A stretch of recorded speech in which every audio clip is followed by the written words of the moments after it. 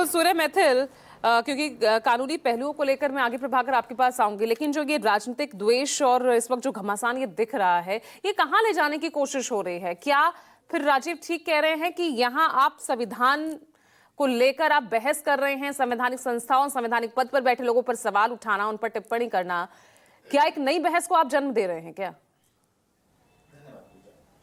देखिए, अभी जैसा कि राजीव जी ने भी कहा कि माननीय उच्चतम न्यायालय का जो एक उद्देश्य रहता है वो यही रहता है कि संविधान की मूल भावना के संग किसी प्रकार का कोई खिलवाड़ ना हो। ये हर डिसीजन में झलकता भी है और आर्टिकल 142 के माध्यम से सुप्रीम कोर्ट के पास ये शक्तियां भी हैं कि वो किसी भी बिल के अंदर कोई अमेंडमेंट कर सकता है यदि उनको लगता है कि संविधान की मूल भावना के संग ये छेड़छाड़ है। लेकिन पूजा, मैं आपको बताऊं तो आप खुद भी हैरान रह जाएंगे कि इस देश के अंदर संविधान की जो आत्मा, संविधान की आत्मा प्रियम्बल हम कहते थे, प्रस्तावना, उसको तोड़ने मरोड़ने का काम किसी ने किया तो वो कांग्रेस ने किया। और आर्टिकल जो मैं कहूँ 42वां संविधान संशोधन तो अपने आप में मिनी कॉन्स्टिट्यूशन ऑफ इंदिरा कहलाता है, जिसमें कि जिस प्रकार से हमारे संविधान को तोड़ा मरोड़ा गया वो पूरी दुनिया देखती है।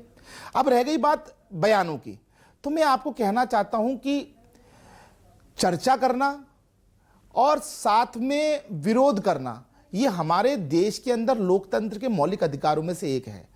और उच्चतम न्यायालय के प्रति कोई गंभीर टिप्पणी करना ये ना तो भारतीय जनता पार्टी की विचारधारा में है और ना ही ये कोई भी व्यक्ति जो है वो मन से करना चाहेगा।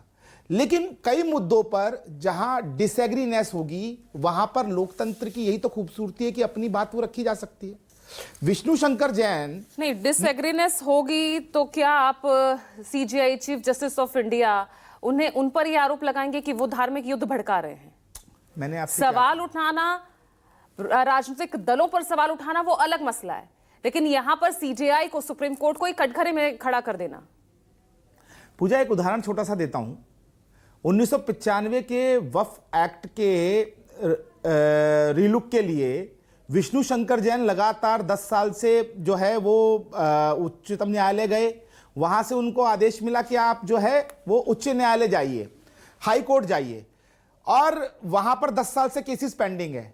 लेकिन जैसे ही वक्फ अमेंडमेंट बिल 2025 लागू होता है, उसके बाद 140 से ज्यादा याचिकाएं सुप्रीम कोर्ट जाती हैं और सुप्रीम कोर्ट डायरेक्टली उनको एंटरटेन कर लेते हैं और उसके बाद 5 याचिकाएं बना दी जाती हैं। तो मेरा तो केवल एक प्रश्न है पूजा जी, पक्षपात का आरोप लगा रहे हैं ना, जो है वो सबके लिए एक है। नहीं, आपने एक और आरोप मर दिया ना यहाँ पर, जस्टिस आदित्य मित्तल मैं तो हमारे सिंपल साथ एक बात पूछ रहा हूँ, कानून सबके लिए एक है। सर, ये आरोप कब लगने लगा है? वक्फ संशोधन कानून, हालांकि अभी तक अंतरिम आदेश भी कोर्ट का आया नहीं है,